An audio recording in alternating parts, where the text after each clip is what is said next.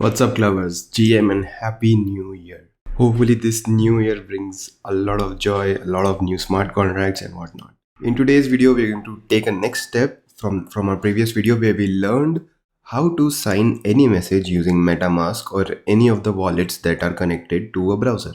Today, what we're going to do is use that signing methodology, but with a different library so that we can use it in backend as well. We will sign a message and give it to a smart contract so that smart contract can figure out that the correct person has signed this message. And because we will be able to do that, what we can then create or produce later on is a gasless way to create a whitelist for our users. If something doesn't make sense, don't worry, I'll explain as we go along. Just understand that in this video, what we will accomplish is how to give a whitelist to specific people, specific addresses. But before we get started, always make sure to like this video, subscribe to this channel, and if you have any questions, I'd love a comment. Or you can hop into my Discord where I'm fairly active and try to answer all the questions that I get. Alright, with that said, let's get started. So off camera, what I've done is I've created a small snippet of JavaScript code which will help me sign something using my MetaMask. Now I'm not using Web3.js today, I'm using ethers.js. Ethers.js, I don't know what you want to call it. But essentially, we can do a similar thing with Web3, but it doesn't have a nice interface, a nice function to just work with all the browsers out there, unlike Ethers, which has a simple wrapper. So that's what I'm going to use. And Ethers is much more easier to use on the backend, which you will have to use because it sort of requires a private key for signing any sort of message.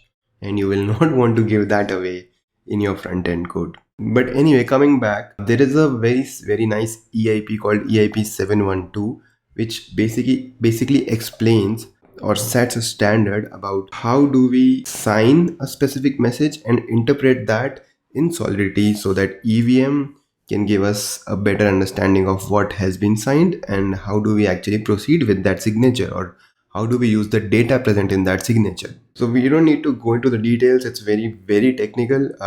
Just what you need to understand is you need your own private key with which you will sign some sort of message. The structure of that message is defined already in EIP 712 and we will have to use that, and then there are some things that you need to confirm with everywhere so that the chain can understand what was signed and how do we make sense of that. So as you can see, the whole JavaScript code is very small. I just create a SIG constructor which accepts the contract address, the smart contract address, the chain ID. So every chain, for example, Ethereum chain, then Rinkebai chain, Kovan, and Matic, Polygon Matic are the same. Mumbai testnet, even BSC, all these have their own chain IDs, which they sort of put in the production. So we have to also provide a chain ID over here. Why do we need chain ID and contract address? So that nobody can spoof a message that was signed in a different context. So for example, with my private keys, I signed a specific message to be used on a test chain, and then you can go there, copy that signature and use it in the production chain if this chain ID is not involved. So that is why we sort of try to put the chain ID as well. And then the third thing that I'm accepting over here is the signer. Now the signer is basically a signer that is provided by Ethers, and I'll explain how do we obtain that later in the code. If you want to see how it was obtained, you can just check out the methods over here. This is the get sign method that I will call to get the signature of the whole thing. This is the contract address, the chain ID, and the token ID that it accepts. So this is token ID, just random thing that I've put in here. Let's say if you want to give a voucher for a specific token, or every person that you sign, you should assign a token so that one signature can't be reused again and again and again. So that is why the token ID is there. You can also ignore it and then remove these things from the code later on. It doesn't really make a difference. So what I've done was I created a provider which was window.ethereum using Web3 provider window.ethereum, which MetaMask injects, or any other wallet should also inject. After that, I request for account, so I try to connect with MetaMask. Once the connection is succeeded, I get the signer from the provider, and this is the signer that we basically send to our constructor.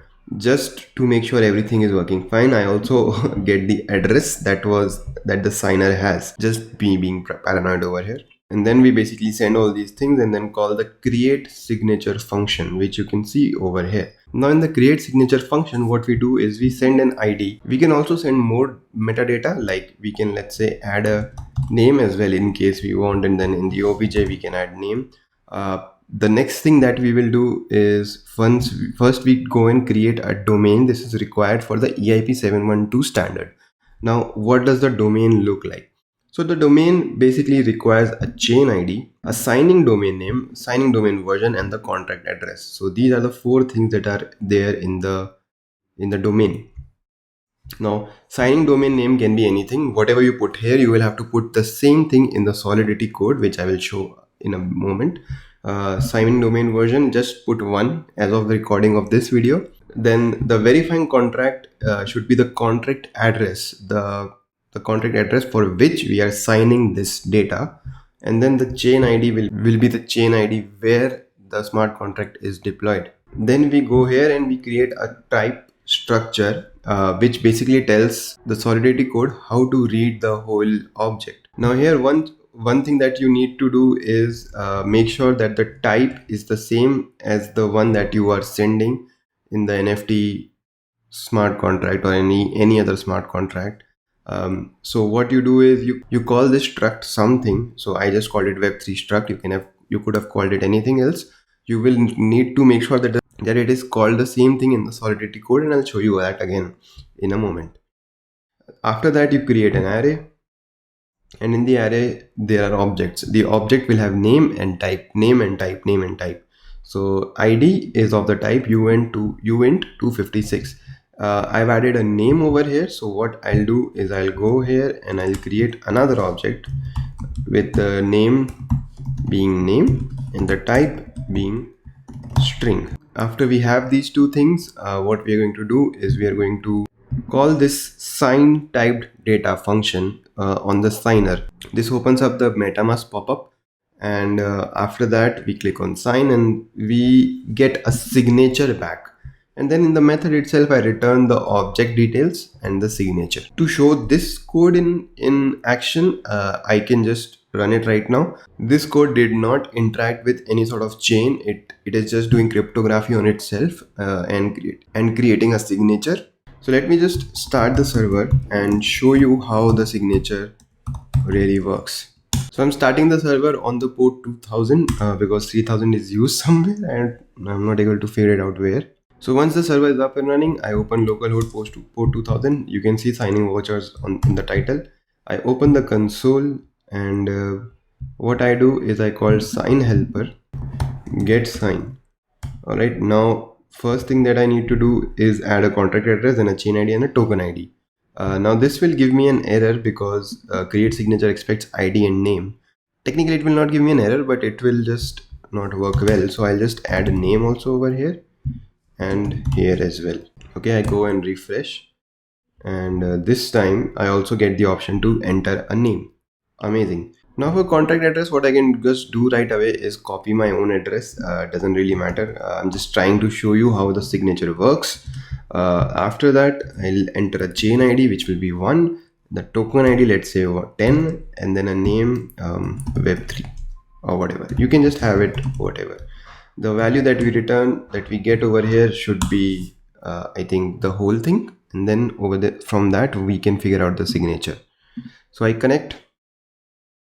Now you can see that this is showing me a message that I am going to sign, and it is showing me exactly how. Even though I'm putting a lot more things, it is just showing me ID 10 and name web3. This is what I'm trying to sign. So I click on sign, and lo and behold, it has given me the whole object that was signed with the signature. So I can just find x.signature, and this is the signature that I will send to my NFT contract, to my smart contract. The smart contract should be able to figure out that the real person has sort of signed it, and then only it should move forward with it. So I've written the smart contract as well. It's a very simple NFT minter. You can just see safe mint over here. Now one thing that is pretty different from my normal NFT videos over here is that I've added two things. ECDSA, and EIP 712. Now what they do is I've made sure that this my token is EIP 712, and then in the constructor I also call EIP 712 with a signing domain and a signature version. Now the signing domain and signature version needs to match with your signing code. So over here it's Web3 Club and 1. Similarly, I've done Web3 Club and 1. The Web3 Club value, you can put whatever value you want, it doesn't matter. The only thing that matters is that it needs to be same at both the places, at the signing and the recovery place. Okay, so the next thing that I do is in the safe mint, I check. Firstly, I check with the ID and signature. This code I've written with just ID in my mind. For the name, I will have to make some changes and I'll show you later. But yeah, with the ID and signature, it sort of checks who is the signer of this signature, given that the ID is whatever we have given. So now whoever is the signer of the signature, it needs to be owner. The owner can only sign the signature. If the owner is signing the signature, then the voucher is fine, the whole thing is fine, the signature is fine. We move forward and we mint an NFT. If it is not the owner, then we don't move forward and we give an error called voucher invalid. Now, how does this check function work? You can see the code over here. It's a relatively small code thanks to this EIP 712 library. What it does is it checks with the ID and the signature. The ID is the value that we have sent over here in token ID. So with the ID and signature, we send this to verify. Now verify is also another function that we have written. What we do is we create a digest of the ID or whatever metadata that we have. So to create this digest, we call this function, and then I'll explain it that later.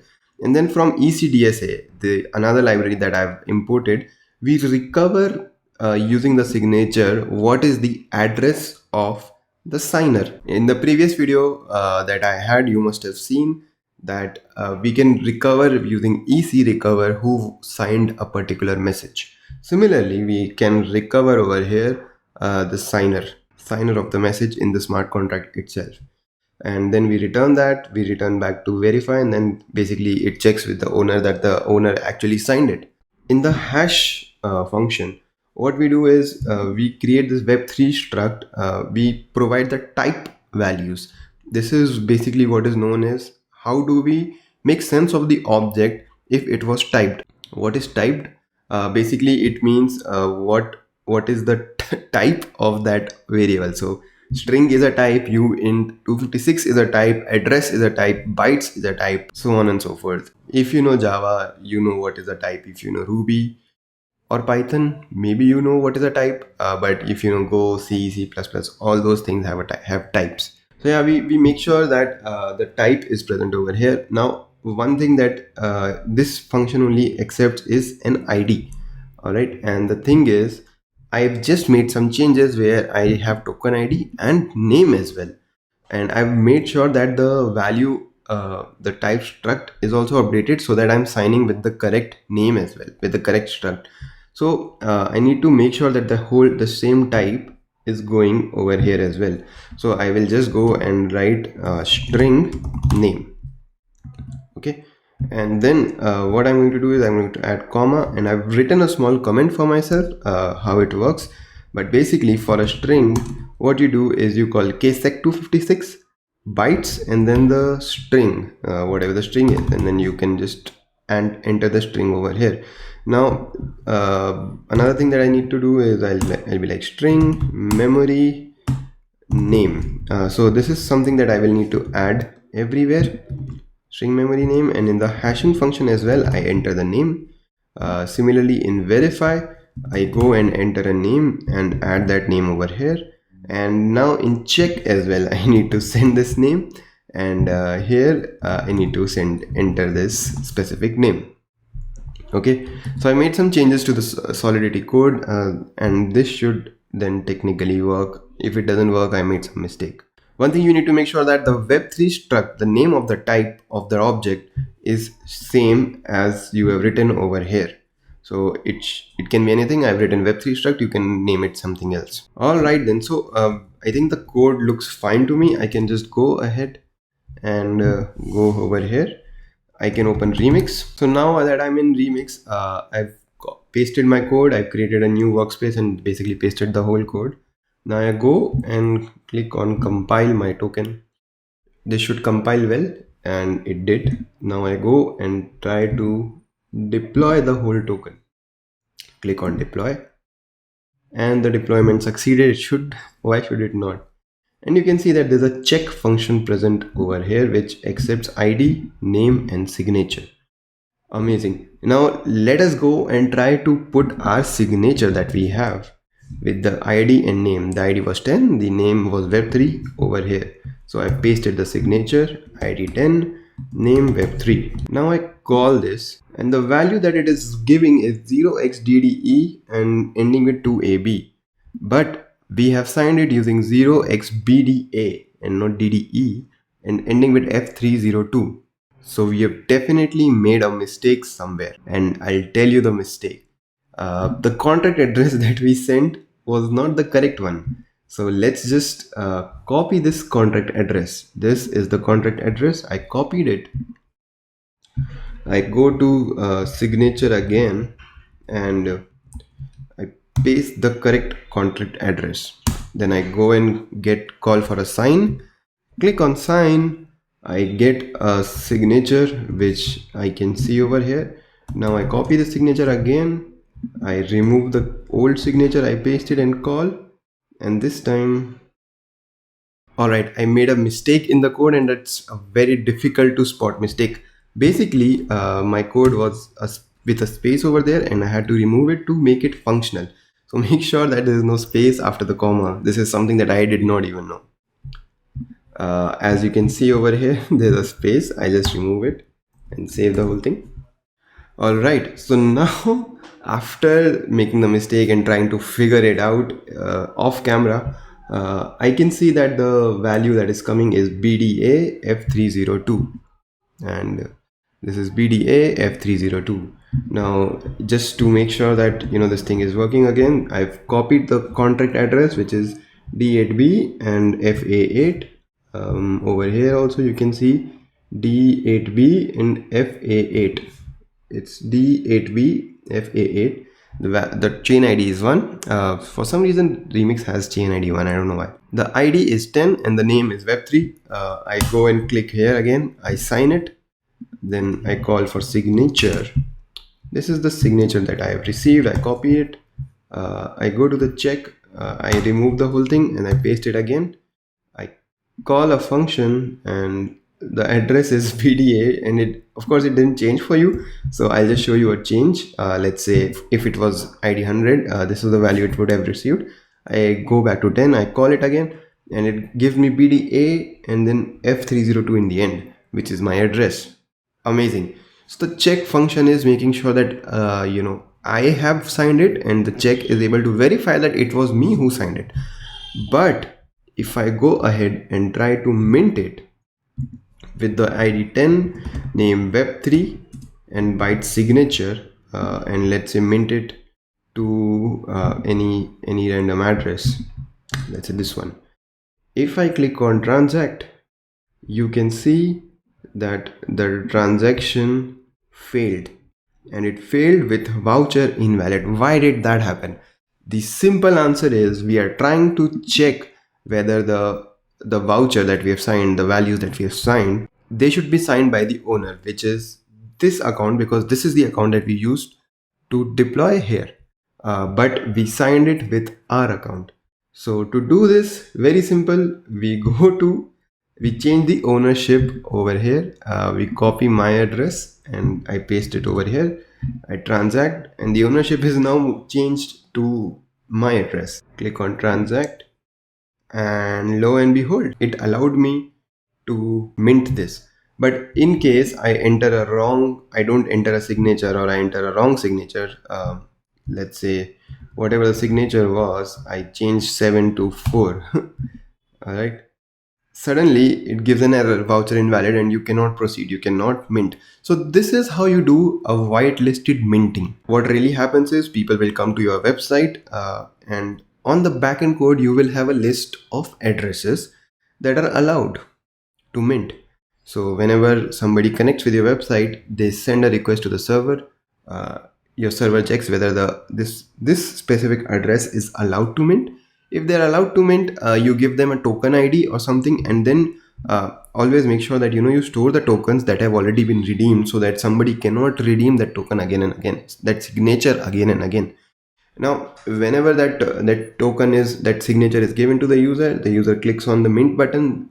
In the mint, the arguments that you send, you will send the signature as well. And once the signature is sent, the user will be able to mint this, and others who are not in that list, because your backend will not be able to give a signature to them, they will not be able to move forward or mint this. Now on the backend, what you will do is basically call this ethers. You will have to create the signer using a private key, and then rest of the code is pretty much similar. It doesn't change much. The contract address will remain the same, the chain ID will remain the same for you, and then token ID or name, and if you want to remove the name, just the token ID or anything that you can give based on the user who's trying to get a voucher or a signature rather. Now how do we make sure, let's say somebody is not getting it again and again, using the same signature again and again? Simple thing, what we do is we store this ID and make sure that it has not been redeemed. So to do that, what we can do is we call mapping public redeemed. All right. Now if a specific ID is redeemed, we need to just make sure that the redeemed ID, this ID should be redeemed. So we will require that the ID is not redeemed, and once the mint completes, we just set the value to true, that it has been redeemed. We compile the code again. Let's remove the old deployed contract and deploy this one again. We copy the new contract address, and we create a new signature. Okay, let's just make sure that the signature is fine. In the check, we enter 10 web3 signature call. It's BDA 302, which is fine. Now we need to transfer the ownership to our address so that it makes sense of the signature.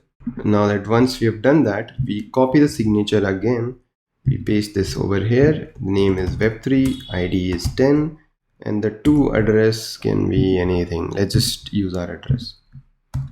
Okay, I click on transact, and the transaction goes through because this was the first time. Now I click on transact again, and the transaction does not go through because it has been already redeemed, and lo and behold, you cannot use this signature again. So that's it. That's pretty much it. If you have any questions, just put it in the comments. How do we do this in the backend is something that I'll leave it to you as an exercise. But if you're not able to figure out, if the community is not able to figure out, put it in the comments, put it in my Discord, and I will create a backend video on how to sign something and make the whole thing workable with a mint button on the website. But until then, this was a 2-part series on how to create a whitelist. Hopefully this was helpful. This video alone is useful, so you don't really need to understand what happened in the first video, but it's good to know the basics. Please make sure to like this video, comment, subscribe, comment for sure. I mean, I love reading your comments, and I'm happy to respond to whatever I could. A lot of comments I'm not able to respond. I'm really sorry about that. Discord is still much more manageable right now because other people jump in and help each other out. Thank you so much for watching the video. I hope to see you again next week. Bye bye.